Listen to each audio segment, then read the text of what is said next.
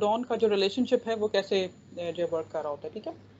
The relationship between number of codons, transfer RNA and synthetases, right? So all of you know that there are total 61 codons, but not exactly 61 transfer RNAs. The same transfer RNA, it can recognize more than one codon, right? For example, we all know that there are more than one codons for many different amino acids. So let's say, for example, here in case of alanine, alanine has a codon GCU, right? The anticodon that will be binding or recognizing it will be CGI, okay? But we know that from the genetic codon table that we are having around 4 codons for alanine. So if you just see that these 4 codons of alanine, they are recognized with the help by the same tRNA alanine, okay, the same, or we call it alanyl tRNA, and alanyl tRNA synthetase enzyme is responsible to attach the alanine to the same transfer RNA, okay. So we already have covered this table. Let's see that how this codon anticodon recognition is actually taking place. So we know that within the transfer RNA, we call the sequence as anticodon, the 3 nucleotide sequence that is called as anticodon, and that sequence is actually, it makes bonds with the codons which are in the messenger RNA. And we know that within the structure of messenger RNA, we are having triplets of nucleotides, and one triplet is called as codon, and one triplet actually it encodes single amino acid, right?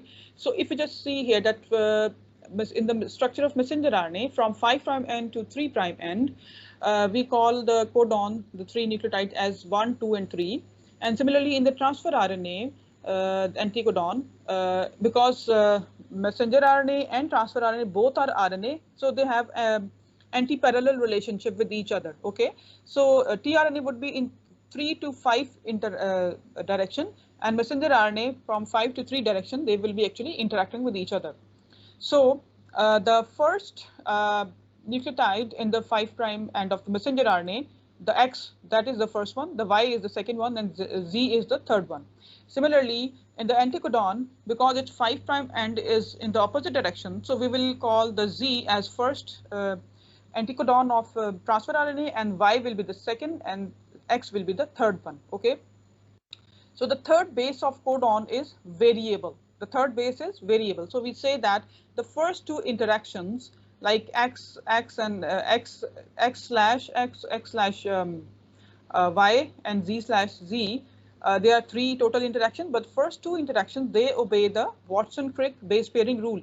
But the third interaction that involves the Z, it is less strict, or it is actually wobble base pairing is allowed, ठीक है. Wobble का मतलब होता है कि जैसे आपको less stringent हो, less चेक रखा हुआ हो, लड़खड़ा जाना, जैसे वहां पे आप अलाउ करते हैं कि ये कोई अगर दूसरा भी न्यूक्लियोटाइड होता है तो उससे इंटरेक्शन हो सके उसकी, ठीक है.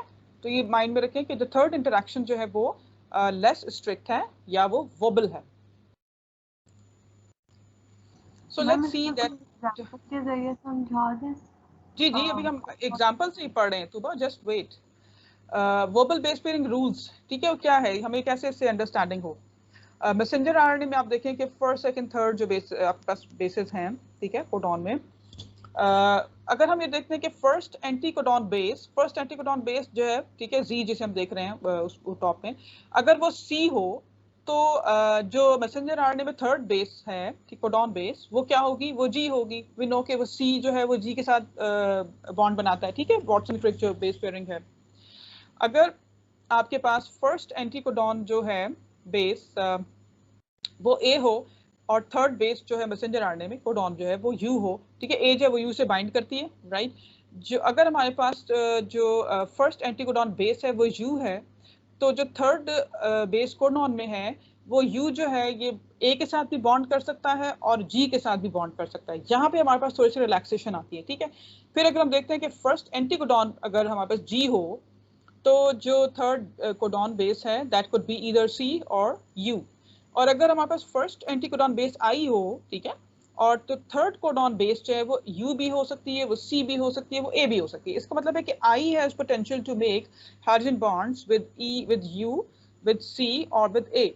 ठीक है, यहाँ पे हमारे पास काफी ज्यादा अपॉर्चुनिटी आ रही है कि ये ज्यादा बॉन्डिंग कर सकता है। Let's see these examples. ठीक है, अब हम देखते हैं कि एलेनिन जो ट्रांसफर आरएनए है, ठीक है, ट्रांसफर आरएनए जिसने एलेनिन को कैरी किया हुआ है, इसमें एंटीकोडॉन क्या है, CCI। ठीक है, एंटीकोडॉन तो सेम है ना, क्योंकि सेम ट्रांसफर आरएनए, लेकिन कोडॉन, चूंकि एलेनिन के पास 4 कोडॉन हैं जिनसे कोड कर सकता है, 3 यहाँ शो हो रहे हैं। आप देख सकते हैं कि अगर हमारे पास चूंकि आई है, एंटीकोडॉन में फर्स्ट जो बेस है वो आई है। हमने अभी देखा टेबल में कि आई जो है it can make bond with C, with A and with U. तो इसका मतलब है क्योंकि कोडॉन, एलेनिन जो का कोडॉन अगर हमारे पास GCC आता है, तो तब भी सेम ट्रांसफर आरएनए उसको रिकॉग्नाइज कर लेगा, क्योंकि आई जो है वो सी के साथ बॉन्ड बना सकता है। और अगर कोडॉन चेंज होता है, थर्ड उसकी जो चेंज हो जाती है, GC और A है उसकी जगह, तब भी सेम ट्रांसफर आरएनए, क्योंकि उसका कोडॉन तो सेम है, लेकिन एंटीकोडॉन तो सेम है, लेकिन आई जो है वो ए के साथ भी बॉन्ड कर सकता है। तो नीचे बॉन्डिंग भी शो हो रही है कि ए आई पेयर जो है वो कैसे बॉन्ड कर रहा है। और अगर थर्ड वन यू आता है मैसेंजर आरएनए में, तो आई जो है वो यू के साथ भी बॉन्ड कर सकता है। ठीक है, टूबा क्लियर हो गया? या आपको एग्जांपल से अब समझ आनी चाहिए कि ट्रांसफर आरएनए के पास एंटीकोडॉन तो सेम है, लेकिन कोडॉन्स जो मैसेंजर आरएनए के ऊपर हैं, उनमें आपके पास जब थर्ड बेस चेंज होती है तो वो बॉन्डिंग कैसे बन रही है। इस तरह से सेम ट्रांसफर आरएनए जो है वो एक से ज्यादा कोडॉन्स को रिकॉग्नाइज कर सकता है, और करेक्ट जो अमाइनो एसिड यानी एलेनिन, वही पेप्टाइड बॉन्ड में इनकॉर्पोरेट होगा, पेप्टाइड चेन में इनकॉर्पोरेट होगा। इसी तरह से अगर हम देखते हैं कुछ और एग्जांपल भी शो की में कि अगर एंटीकोडॉन जो है वो आई वाला है, तो आप देख सकते हैं कि थर्ड बेस यू, सी और वो हो सकती है। और अगर एंटीकोडॉन में फर्स्ट बेस जो है वो जी है, वो यू के साथ भी कर सकती है, और वो जी सी के साथ भी कर सकती है।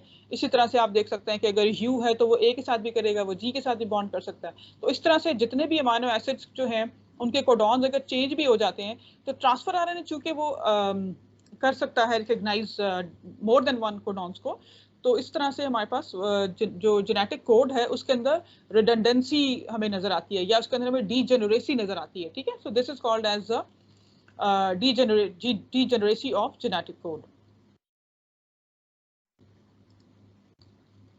ठीक है, अब आप लोगों को ये पॉइंट समझ आ गया कि जो हमारा पूरा जो कोडॉन टेबल है उसके अंदर किस तरह से मोर देन वन कोडॉन्स जो हैं वो आपके पास based on the wobble base pairing at the third base pair, हम उसको जो है वो मिल सकती है, हमें अपॉर्चुनिटी मिल सकती है।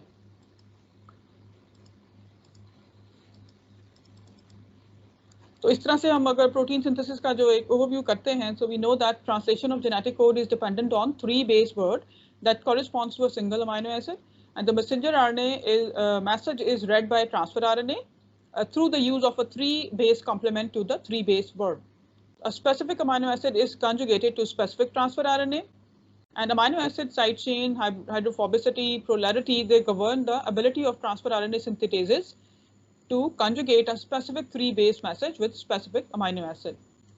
अच्छा, यहाँ पर हमारा ये पार्ट फिनिश होता है और हम कंटिन्यू करेंगे अपने दोबारा जो जहाँ से हमने स्टॉप किया था ना, वो अपना चैप्टर उसका ट्रांसलेशन का, ट्रांसलेशन इन प्रोकैरियोट्स, उसको हम कंटिन्यू करते हैं। ठीक है,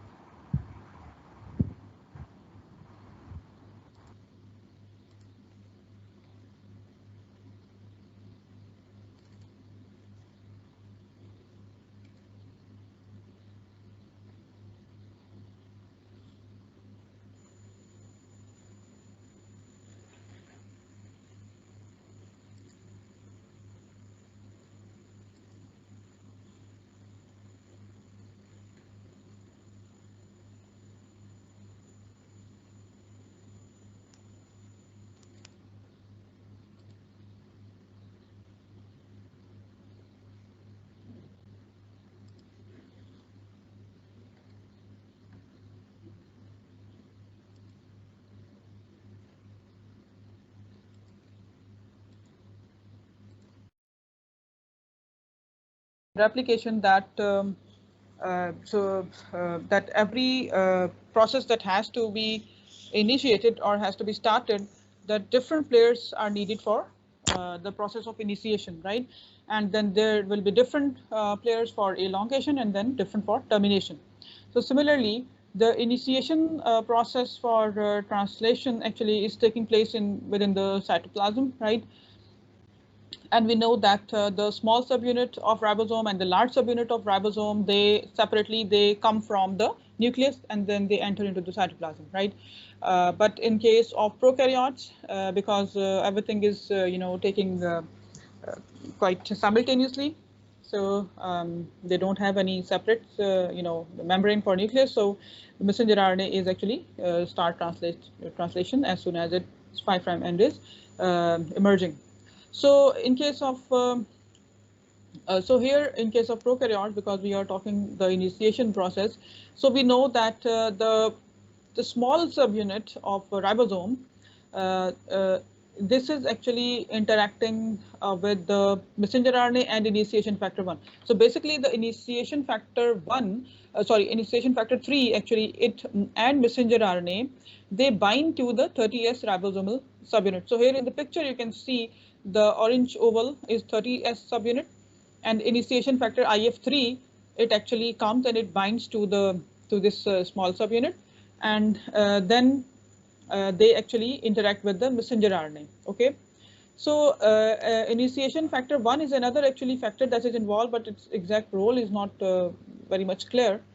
Then initiation factor 2 is another factor, separate factor, that binds to formyl methionine transfer RNA, and then the resulting assembly actually interacts with the small subunit and messenger RNA and initiation factor 3. So here in the figure you can see that the yellow color circle named IF2, initiation factor 2, it is actually bringing the first transfer RNA carrying the first amino acid. Okay, so in case of prokaryotes, the first amino acid is methionine, and it is formylated, right? The methionine amino acid that is actually formylated.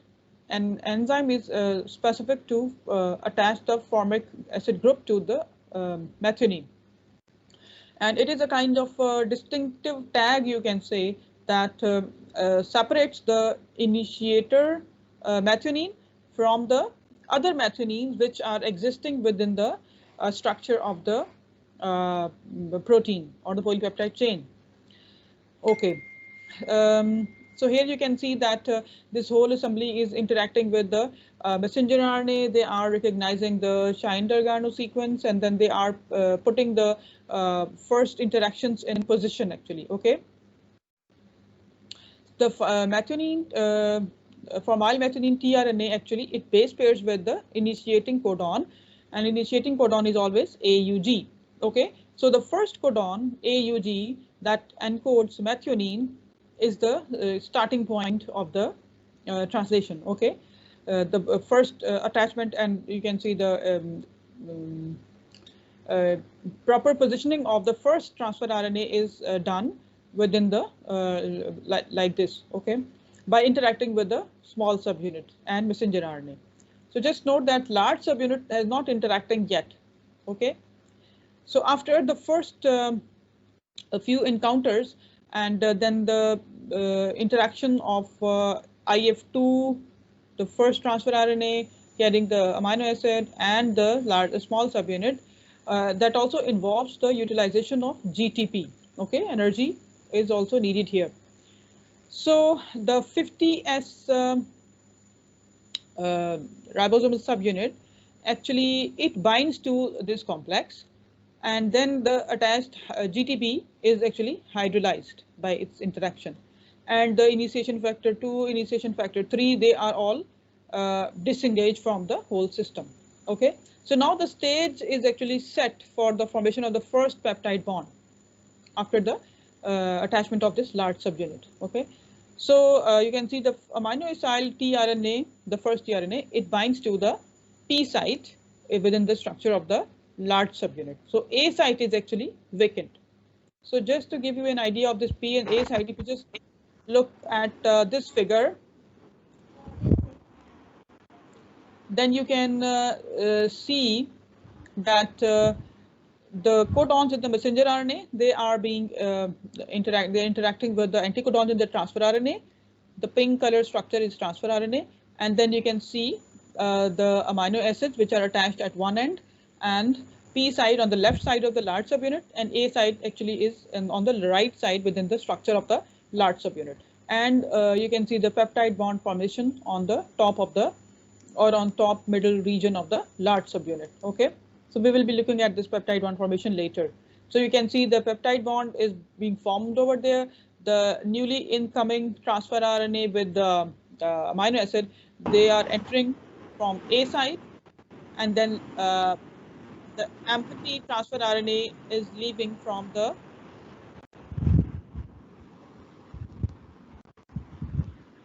other side.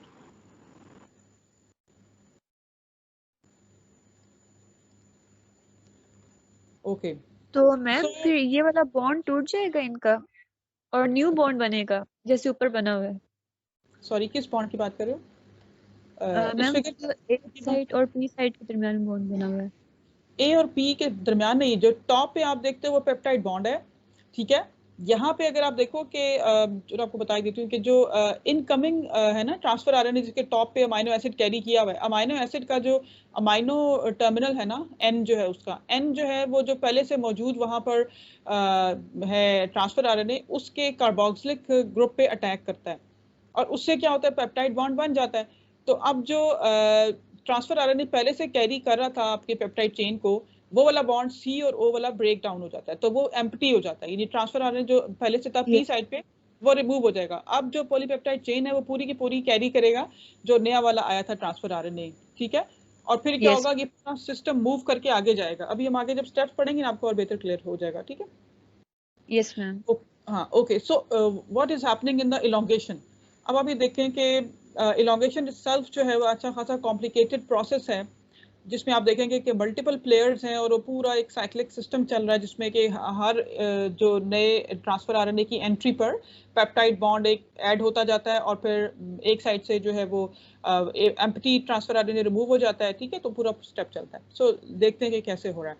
The amino acid tRNA corresponding to the next codon is delivered to the A site by elongation factor TU. अब आप ये देखें कि पिछले वाले step में आपने देखा था वहां पे इनिशिएशन फैक्टर्स जो थे वो इन्वॉल्व थे, ठीक है। और अब जो हम इलोंगेशन में आ रहे हैं तो हमारे पास इलोंगेशन फैक्टर्स जो हैं वो बीच में अपना रोल प्ले करेंगे। तो अब आप ये देखें कि जो यहाँ पर्पल कलर में शो हुआ है इलोंगेशन फैक्टर TU, ठीक है, वो जो है अमाइनो एसिड टीआरएनए को कैरी करके लेके आ रहा होता है, ठीक है, अपनी जो प्रॉपर जगह है वहां पर विद इन द राइबोसोम। और आप लेकिन ये देखें कि एलोंगेशन फैक्टर इटसेल्फ उसको एक्टिवेट करने के लिए जो है ना फर्दर जो आपके पास और प्लेयर्स हैं वो चाहिए। जीटीपी चाहिए आपको, एलोंगेशन फैक्टर टीएस एक और फैक्टर है, छोटे जो पर्पल डॉट्स यहाँ पे बॉल्स बनाए हुए वो शो कर रहा है इसको, ठीक है। वो जो है वो उसका अटैचमेंट कराते हैं। तो जब एक दफ़ा ये अपनी प्रॉपर पोजीशन पर अटैच हो जाता है और पेप्टाइड बॉन्ड बनता है, तो फिर ये सब रिसाइकल होते हैं दोबारा। ये नेक्स्ट जो है अमाइनो एसिड टीआरएनए उसको कैरी करके लेके आते हैं, फिर ये पूरा स्टेप प्रोसेस जो है वो रिपीट होता है, और इस तरह से ये पूरा जो 3 स्टेप प्रोसेस चलता जाता है। So this delivery leads to the hydrolysis of GTP by EFTU, and before EFTU can be used again, it must release GDP and replace it with GTP, and this process involves elongation factor TS, ठीक है। ऊपर अगर आप वो देखते हैं GTP और GTP वाला जो पूरा साइकिल शो हो रहा है पर्पल उसमें, वो वहाँ पे बता रहे हैं कि GTP और GTP की कन्वर्जन जो है वो जरूरी है ताकि अपना प्रोसेस जो है वो कर सके पूरा। So the transfer of growing chain from P site to A site, peptidyl transferase activity जो है वो यहाँ पर फिर अब प्रोसेस हो रही है, ठीक है।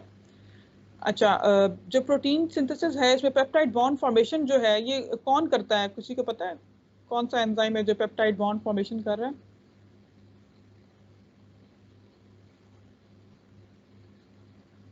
पेप्टाइल ट्रांसफरेज। पहले से पता था ये अभी देख लिया तो पता लग गया? हम पता था पहले से। अच्छा, तो ये पेप्टाइल, हाँ, तो पेप्टाइल ट्रांसफरेज जो है ये होता किधर है? क्या मतलब मैम? इसकी लोकेशन कहाँ है? न्यूक्लियस में ही होगा मैम। सॉरी, हैं? ये साइटोप्लाज्म में ही होगा मैम।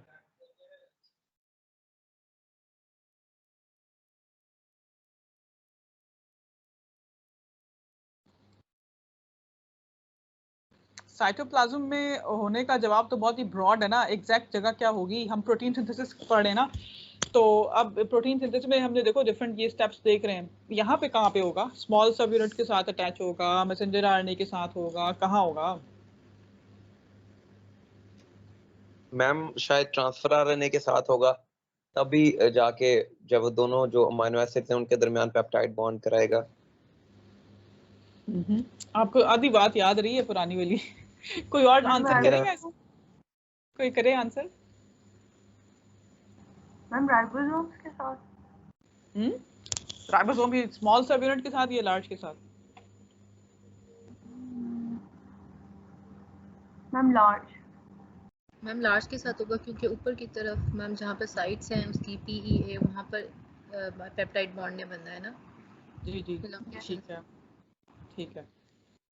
चलिए टर्मिनेशन से पहले हम थोड़ा सा इस पर देख लेते हैं कि जो लार्ज सब यूनिट है, ठीक है, और ये जो एंजाइमेटिक एक्टिविटी है ना पेप्टिडाइल ट्रांसफरेज वाली, ये कोई अलग से एंजाइम नहीं है, ठीक है, ये एक तरह से राइबोजाइम के एग्जांपल है। जो 23S राइबोसोमल आरएनए इटसेल्फ है ना, दैट कैरीज दिस एक्टिविटी, ठीक है। Remarkably, E. coli 50S ribosomal subunit, from which virtually all ribosomal proteins have been removed, it retains significant peptidyl transferase activity. And these experiments imply that peptidyl transferase enzyme is the 23S ribosomal RNA. ठीक है? The peptidyl transferase center of 23S ribosomal RNA is shown below. ठीक है, red में show हो रहा है. Nucleotide sequences in this region of 23S ribosomal RNA are among the most highly conserved in all biology. ठीक है, यहाँ पे जिसके बिकॉज इट्स राइबोसोमल आरएनए, तो न्यूक्लियोटाइड सीक्वेंसेस जो हैं इसके वो हाईली कंजर्व्ड हैं, क्योंकि इन्होंने ही पेप्टाइड बॉन्ड फॉर्मेशन में हेल्प आउट करना है। ठीक है, तो बेसिकली जो इस फिगर के अंदर आप देखते हो पूरा उसका स्ट्रक्चर शो हुआ, फिर एंड में वो जगह जहाँ पर के वो बनना है पेप्टाइड बॉन्ड, क्योंकि पेप्टाइड बॉन्ड जो बन रहा है दोनों अमाइनो एसिड्स के बीच में।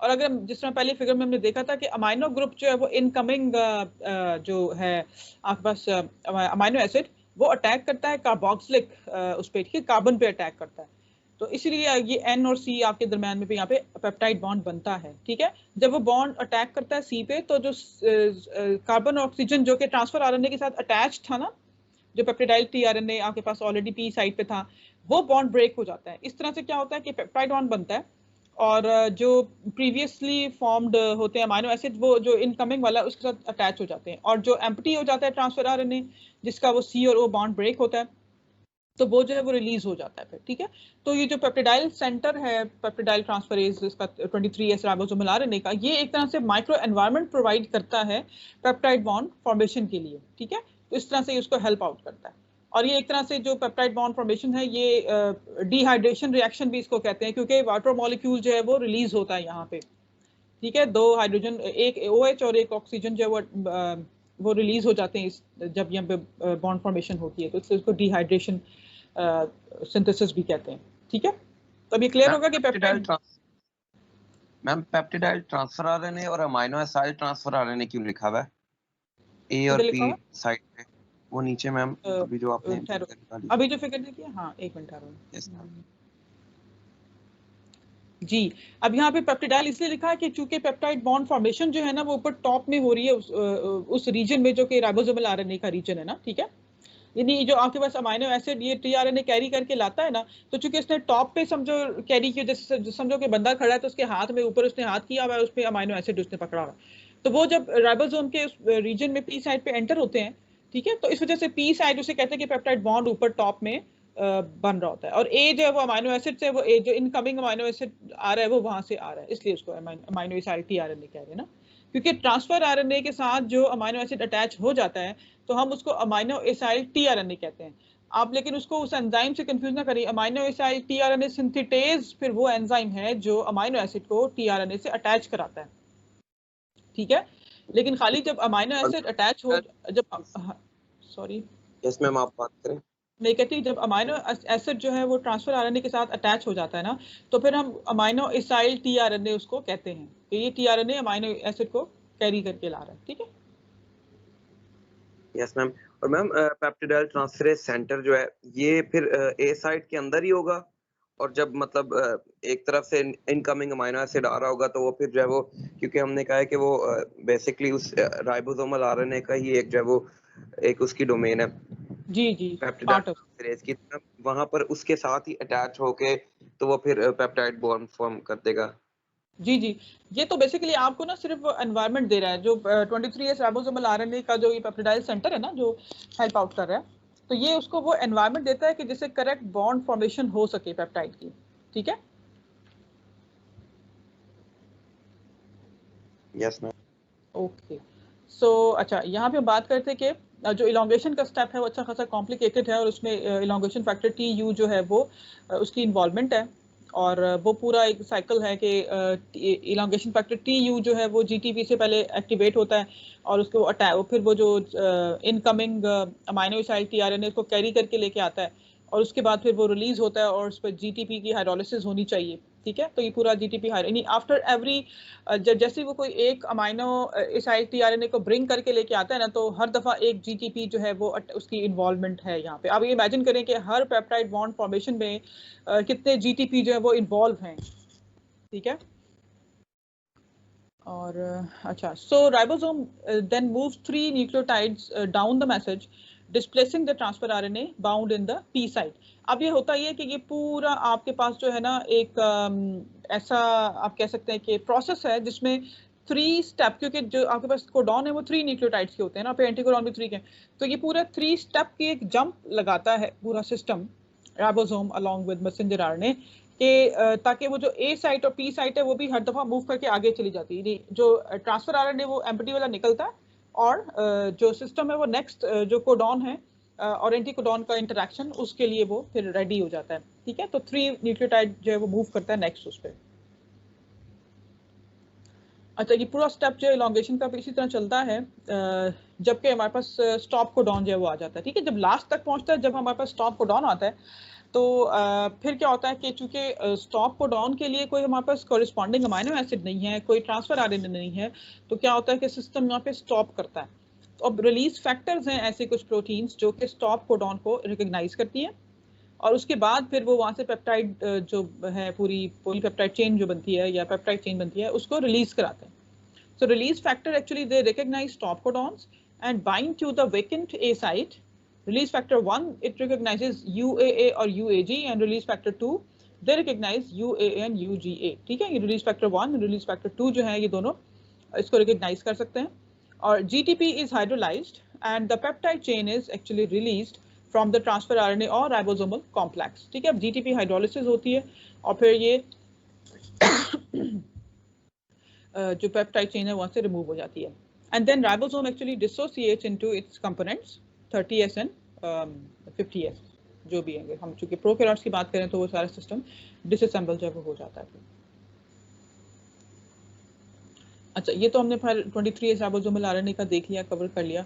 अच्छा, अब ये कि एंटीबायोटिक्स हैं बहुत सारी जो कि हमारी प्रोटीन सिंथेसिस को जो है ना वो टारगेट कर सकती हैं, और प्रोटीन सिंथेसिस को टारगेट करती हैं जब प्रोकैरियोटिक सिस्टम में, तो इस तरह से हम कह सकते हैं कि सिर्फ प्रोटीन सिंथेसिस नहीं बल्कि बाकी जो प्रोसेसेस हैं आपके बैक्टीरिया में, सेल वॉल बायोसिंथेसिस हो रही है या फिर प्रोटीन बायोसिंथेसिस है, cDNA RNA रेप्लिकेशन है, तो इन सारे स्टेप्स को डिफरेंट एंटीबायोटिक्स हैं जिन्होंने इनके नाम लिखे हुए आपके सिर्फ इन्फॉर्मेशन के लिए, ताकि आपको ये आइडिया हो जाए कि जब आप कभी एंटीबायोटिक यूज़ करें तो उसकी जो प्रिस्क्रिप्शन लिखी होती है उसमें पता चल जाए कि अच्छा ये किस मॉलिक्यूलर प्रोसेस को इनहिबिट कर रहा है। ठीक है, तो यहाँ पे बहुत सारे इनके नाम लिखे हुए जिससे आपको आइडिया हो जाएगा कि ये जो है सेल वॉल को करती है, ये प्रोटीन सिंथेसिस को कर रही है, ये cDNA RNA रेप्लिकेशन को जो DNA RNA रेप्लिकेशन को वो इनहिबिट करती है। ठीक है ना। अच्छा, अब थोड़ा सा हम देखते हैं कि कुछ पॉइंट्स हैं जो आपके लिए अंडरस्टैंड करने ज़रूरी हैं।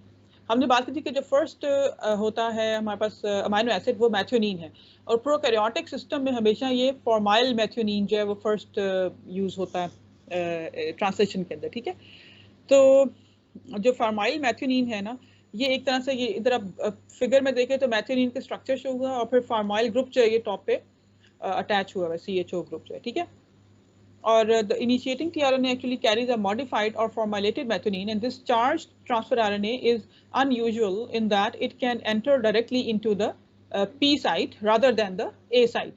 ठीक है। जो फर्स्ट इनिशिएटर है ना आपके पास ट्रांसफर आरएनए, वो डायरेक्टली जो है वो पी साइट में एंटर होता है, लेकिन उसके बाद जितने भी आने वाले हैं वो हमेशा आते हैं ए साइट में, ठीक है। तो ये फर्स्ट डिफरेंस है जो कि इनिशिएशन वाले और फिर इलोंगेशन वालों के अंदर होता है, एग्जिस्ट करता है।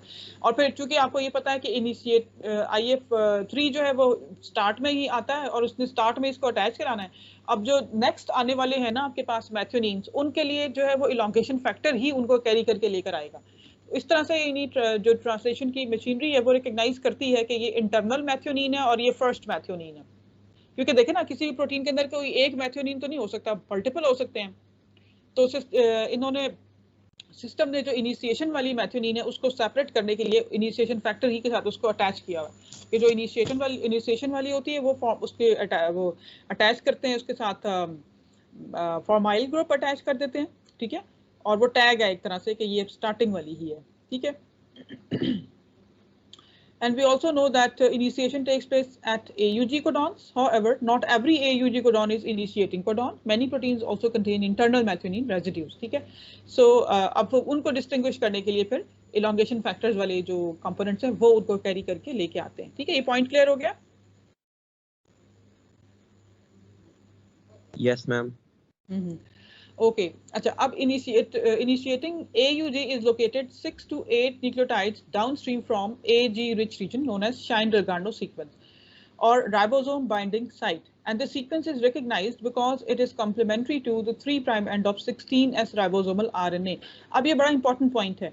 हमने जब initiation का हम process पढ़ रहे थे translation में, तो हमने देखा कि small sub unit जो है वो पहले उसका इंटरेक्शन होता है, ठीक है। लार्ज सब यूनिट बाद में एंटर होती है। तो स्मॉल सब यूनिट जो है, आपको पता है कि स्मॉल सब यूनिट के अंदर 16S राइबोसोमल आरएनए का सीक्वेंस है और बाकी प्रोटीन्स भी हैं। अब ये जो 16S राइबोसोमल आरएनए है, ये मैसेंजर आरएनए के साथ कैसे इंटरेक्शन करता है, उसको कैसे रिकॉग्नाइज करता है। जहां पे आप देखें पिंक कलर का मैसेंजर आरएनए शो किया हुआ है, ठीक है। और उसके 5' रीजन पे, ये आप 5' UTR भी कह सकते हैं, ये वो रीजन है जिसमें अब आप देखें कि इंटरेक्शन होना है 16S राइबोसोमल आरएनए का, जो येलो में शो किया हुआ है, और जो ब्लू हाईलाइटेड है वो आरएनए का, मैसेंजर आरएनए का वो रीजन है जिसे हम शाइन-डेल्गाडो रीजन कह रहे हैं, ठीक है। अब शाइन-डेल्गाडो रीजन जो है मैसेंजर आरएनए के अंदर, ये बहुत इंपॉर्टेंट है क्योंकि ये राइबोसोम का इंटरेक्शन कराता है मैसेंजर आरएनए के साथ, और इसकी बेसिस पे ही जो स्मॉल सब यूनिट है राइबोसोम का, ठीक है, वो इंटरेक्शन करता है और वो रिकॉग्नाइज करता है मैसेंजर आरएनए को।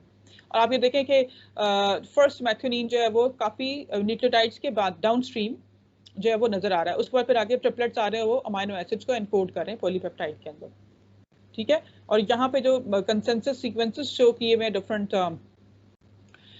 इनके स्ट्रेन्स जो है इकोलाई के और डिफरेंट जीन्स जो है उनमें शो किया हुआ है कि इनके जो मैसेंजर आरएनए उनमें AUG जो है वो हाईलाइट हुआ हुआ है, ठीक है। और उससे पहले अपस्ट्रीम रीजन पे AUG से अपस्ट्रीम जो है वो 16S राइबोसोमल आरएनए के साथ जो है वो इंटरेक्शन कर रहा है, और वो उसका शाइन-डेल्गाडो सीक्वेंस है, ठीक है। साइंटिस्ट के नाम पे इन्होंने इसको रखा था जिसने रिकॉग्नाइज किया था ये। मैम जी मैम, ये वाला पॉइंट दोबारा रिपीट कर देंगे, ये समझ नहीं आया शाइन-डेल्गाडो वाला। शाइन-डेल्गाडो, अच्छा आप देखें, हमने बात की थी कि जो मैसेंजर आरएनए होता है, राइबोसोम ने उसके साथ इंटरेक्शन करना है, उसको रिकॉग्नाइज करना है और ट्रांसलेशन का प्रोसेस शुरू करना है, ठीक है। तो हम पहले पढ़ चुके हैं कि मैसेंजर आरएनए में 5' जो अनट्रांसलेटेड रीजन भी होता है, 3' भी होता है, और जो 5' अनट्रांसलेटेड रीजन होता है उसमें ऐसे सीक्वेंसेस होते हैं जो उसकी रेगुलेशन में हेल्प कर सकते हैं, ठीक। तो अब इसके 5' UTR में जो फर्स्ट उसका कोडॉन है उससे अपस्ट्रीम रीजन पे ऐसे सीक्वेंसेस होते हैं जिन्हें राइबोसोम जिनसे इंटरेक्शन करता है, खासतौर पर राइबोसोम का स्मॉल जो सब यूनिट है जिसमें 16S राइबोसोमल आरएनए है। तो वो 16S राइबोसोमल आरएनए यहाँ पे जो फिगर में शो किया हुआ है, ये आपको येलो कलर में शो किया है, इसकी बेसिस जो है वो बॉन्डिंग कर रही है मैसेंजर आरएनए के शाइन-डेल्गाडो सीक्वेंस से। तो जैसे ही वो इसकी बॉन्डिंग कंप्लीट होती है तो एक तरह से प्रोसेस स्टार्ट होता है कि ठीक है ये करेक्ट मैसेंजर आरएनए, अब इस ट्रांसलेशन जो है वो स्टार्ट होनी है, ठीक हो गया। तो ये इस तरह से शाइन-डेल्गाडो सीक्वेंस जो है वो आपके पास प्रोकैरियोटिक सिस्टम में अवेलेबल है। और ये साया ने जो लास्ट लेक्चर में कुछ क्वेश्चन भी किया था कि 5' UTR और 3' UTR जो है वो क्यों जरूरी हैं, तो अगेन ये एक और आंसर है उसका कि आपके पास जो राइबोसोम रिकॉग्निशन साइट है ना वो इम्पोर्टेंट होती है और वो इन रीजन्स में होती है मौजूद। अच्छा, So Shine-Delgado sequence actually they play a very important role in prokaryotes since they are necessary prerequisite for the translation of polycystonic messages. अब आप ये देखें कि DNA शो हुआ फिर उससे ट्रांसक्रिप्शन हुई और ये डिफरेंट जीन्स शो हो रहे हैं यहाँ पे, ठीक है ना, ब्लू, पर्पल, ग्रीन, येलो वगैरह, पोलिसिस्टोनिक मैसेंजर आरएनए। अब ये कि सिस्टोन हम पहले पढ़ चुके हैं, इसको सिस्टोन कहते हैं। Cistron is essentially an open reading frame, ठीक है। ओपन रीडिंग फ्रेम क्या है? That encodes a single polypeptide. In many prokaryotes, the open reading frames for protein involved in related physiological functions, for example, specific metabolic pathway, are often co-transcribed as a single unit from a single promoter, ठीक है। जैसे अब हमने देखा ना यहाँ पे ये जो पोलिसिस्टोनिक मैसेंजर आरएनए, इसमें जो ब्लू वाला है ये एक प्रोटीन है, पिंक दूसरी प्रोटीन है, जो पर्पल शो हो रहा है वो तीसरी प्रोटीन है, ग्रीन चौथी होगी। अब इनमें हर कोई ओपन रीडिंग फ्रेम है, यानी जो ब्लू है इसका मतलब है कि इस ब्लू के अंदर इसका अपना राइबोसोम बाइंडिंग साइट होनी चाहिए, फिर इसका स्टार्ट कोडॉन होना चाहिए, फिर करते करते स्टॉप कोडॉन, ठीक। स्टॉप कोडॉन के बाद राइबोसोम को इससे हट जाना चाहिए। तो अब जो नेक्स्ट जो आपके पास हैं जिन्होंने ट्रांसलेट होना है, तो उनके साथ क्या होगा, वो कैसे उनका ट्रांसलेशन चलेगी, उसके लिए बहुत इंपॉर्टेंट है कि जो हर एक नेक्स्ट है ना उसके लिए भी शाइन-डेल्गानो सीक्वेंस जो है वो अवेलेबल हो। समझ आइए बात की। अब देखें, if each open reading frame is preceded by a Shine Dalgarno sequence, अब ये पढ़ लेते हैं फिर समझ लेंगे। If each open reading frame is preceded by a Shine-Delgado sequence, the ribosome can reassociate with the messenger RNA at open reading frames downstream of open reading frame 1, thereby enabling the translation of multiple open reading frames from one messenger RNA. अब आप देखें इस figure में, जरा इसको समझें। ये आपके पास polycistronic messenger RNA, single messenger RNA, जिससे मल्टीपल आपके पास प्रोटीन्स एनकोड हुई हुई हैं, ठीक है। अच्छा, अब जो फर्स्ट वन है, अब लेट्स सपोज पिंक जो प्रोडक्ट बन रहा है, अब इसमें ये स्ट्रक्चरल जीन एक था ना जिसको कॉरेस्पॉन्डिंग ये मैसेंजर आरएनए पे शो किया हुआ था। सेकंड वाला स्ट्रक्चरल जीन 2 था जिसकी कॉरेस्पॉन्डिंग प्रोटीन बनेगी, और स्ट्रक्चरल जीन 3 है उसकी कॉरेस्पॉन्डिंग प्रोटीन जो है वो थर्ड में बनेगी। अब देखिए कि जब स्टार्ट होना है प्रोसेस ट्रांसलेशन का, तो पता है हमें कि जो स्मॉल सब यूनिट है वो आएगी, इनिशिएशन फैक्टर्स आएंगे, वो रिकग्नाइज करेंगे और ट्रांसलेशन शुरू कर देंगे। अच्छा, जब स्टॉप कोडॉन आएगा फर्स्ट ओपन रीडिंग फ्रेम का, तो क्या होगा, राइबोसोम डिसअसेंबल होंगे और ये सिस्टम खत्म हो जाएगा। अब जो सेकंड वाली आपके पास पॉलीपेप्टाइड है वो कैसे बनेगी, वो इस तरह बन सकती है जब तक हमारे पास इसके ओपन रीडिंग फ्रेम से पहले शाइन-डेल्गानो सीक्वेंस या जो राइबोसोम बाइंडिंग साइट है वो अवेलेबल हो, ठीक है। तो इस वजह से यहाँ पे अलग राइबोसोम बाइंडिंग साइट होगी, उसके बाद जो थर्ड वन है उससे पहले फिर राइबोसोम बाइंडिंग साइट एक और होगी। तो इस तरह से जो सारी की सारी आपके पास जो प्रोटीन्स हैं वो इंडिपेंडेंटली ट्रांसलेट होगी प्रोकैरियोटिक सिस्टम में, ठीक है। अब समझ आइए मैम, ये एक मैसेंजर आरएनए क्यों शो किया हुआ है? इसलिए कि प्रोकैरियोटिक सिस्टम में एक ही होता है। हमने पढ़ा है ना, प्रोकैरियोटिक सिस्टम में पोलिसिस्टोनिक मैसेंजर आरएनए, जिसमें एक single messenger RNA multiple proteins को एनकोड कर रहा होता है। प्रोकैरियोटिक सिस्टम में होता ये है, एक सिंगल प्रोमोटर है, उसने मल्टीपल जीन्स हैं उसके अंडर, ठीक है, और उससे जब एक मैसेंजर आरएनए बनेगा, मैसेंजर आरएनए वो एक होगा लेकिन वो पोलिसिस्टोनिक होगा। पोलिसिस्टोनिक मींस वो मल्टीपल जीन्स को एनकोड कर रहा है, यानी मल्टीपल प्रोटीन्स को एनकोड कर रहा है। प्रोकैरियोटिक सिस्टम में होता ही ऐसे है, पोलिसिस्टोनिक मैसेंजर आरएनएज है। मैम यहाँ पर हम लैकोपेरोन की एग्जांपल दे सकते हैं ना? जी जी बिल्कुल, आप ट्रिप्टोफैनोप्रोन है, लैकोप्रोन है, जितने भी बहुत सारे, उसमें आप देखें। फिर हमने पीछे ये पॉइंट एक पढ़ा कि हाँ, many prokaryotes open reading frames for protein involved in related physiological functions, ठीक है, जबकि specific metabolic pathway जैसे लैकोप्रोन है, ठीक है ना, often co-transcribed as a single unit from single promoter। तो ये जिसमें ट्रिप्टोफैन की यहाँ पे शो की हुई एग्जांपल, ट्रिप्टोफैन के जो अमीनो एसिड की सिंथेसिस में जो एंजाइम इन्वॉल्व है, उनके जीन्स जो है वो जीनोम पे किस तरह डीएनए पे फिर उनकी ट्रांसक्रिप्शन हो रही है और उसके बाद उनकी ट्रांसलेशन होगी। तो बेसिकली जो ट्रिप्टोफैन है उसके मल्टीपल एंजाइम्स हैं जिन्होंने जो भी उस पाथवे में इन्वॉल्व हैं, अब वो सारे के सारे एंजाइम जो है वो चाहिए होते हैं और उनकी सिंथेसिस जो है वो होनी चाहिए। तो इसलिए एक सिंगल मैसेंजर आरएनए जो उन सबको एनकोड कर रहा है प्रोटीन्स को, उसकी ट्रांसक्रिप्शन होती है, फिर वो ट्रांसलेट होता है। अच्छा, note that the closeness of each Shine-Delgado sequence to the consensus can vary, enabling differential protein expression levels via differential translatability of the open reading frames, even from a single message। अच्छा, ये interesting है, इसको आप थोड़ा सा understand करें।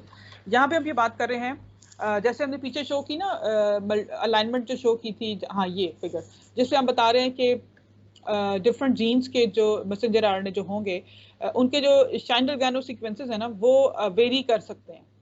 ठीक है, तो अब हम अगर बात करते हैं कि इस ओपन रीडिंग फ्रेम की कि यहाँ पे हम पिंक प्रोटीन जो जिसकी सिंथेसिस हो रही है यहाँ पे स्ट्रक्चरल जीन को जो के कॉरेस्पॉन्डिंग, तो इससे जो नेक्स्ट सेकंड प्रोटीन बनेगी, सेकंड पॉलीपेप्टाइड ब्लू वाली, तो ब्लू वाली के जो अपस्ट्रीम यहाँ पे येलो सा शो किया, टर्मिनल सिग्नल शो किया यहाँ पे राइबोसोम बाइंडिंग साइट जो है ना या स्ट्रैंड ऑर्गेनो सीक्वेंस, उसकी क्लोजनेस जो है ना अगर तो कंसेंसस के साथ मैच ज्यादा करती है, क्लोज है, तो इसका मतलब है कि वो भी प्रोटीन अच्छी अमाउंट में बनेगी, हो सकता है उसकी 10 कॉपीज बन जाए, 20 बन जाए। लेकिन लेट्स सपोज थर्ड वन जो है ग्रीन वाली वो चाहिए ही थोड़ी, तो फिर ये हो सकता है कि उसका जो स्ट्रैंड ऑर्गेनो सीक्वेंस है वो बहुत क्लोजली मैच नहीं करता जो कंसेंसस एक सीक्वेंस होता है उससे, और उसकी वजह से राइबोसोम जो है वो इसके साथ less number of times interact करे और लेस नंबर ऑफ प्रोटीन जो है उसकी सिंथेसिस हो। तो इसको आप कहते हैं कि डिफरेंशियल ट्रांसलेटेबिलिटी। ठीक है, यानी जितना भी जो स्ट्रैंड ऑर्गेनो सीक्वेंस है वो क्लोज होगा कंसेंसस के, उतना ही वो प्रोटीन का नंबर हाई जो है वो हो सकता है, और जितना वो उसका कंसेंसस मैच नहीं करेगा इसका मतलब है कि वो उसकी क्लोजनेस नहीं है, और जो राइबोसोम्स हैं वो बहुत ज़्यादा उसके साथ बार बार अटैच नहीं होंगे और उसका नंबर इंक्रीज की बजाय डिक्रीज हो सकता है। ठीक है, समझ आई है इसकी एक्सप्रेशन लेवल कैसे चेंज हो सकता है। एक सिंगल मैसेंजर आरएनए तो सिंगल है ना, लेकिन चूंकि राइबोसोम बाइंडिंग साइट जो है उसमें वेरिएशंस आ सकती हैं, तो उसकी वजह से आपके पास डिफरेंशियल ट्रांसलेटेबिलिटी हो सकती है।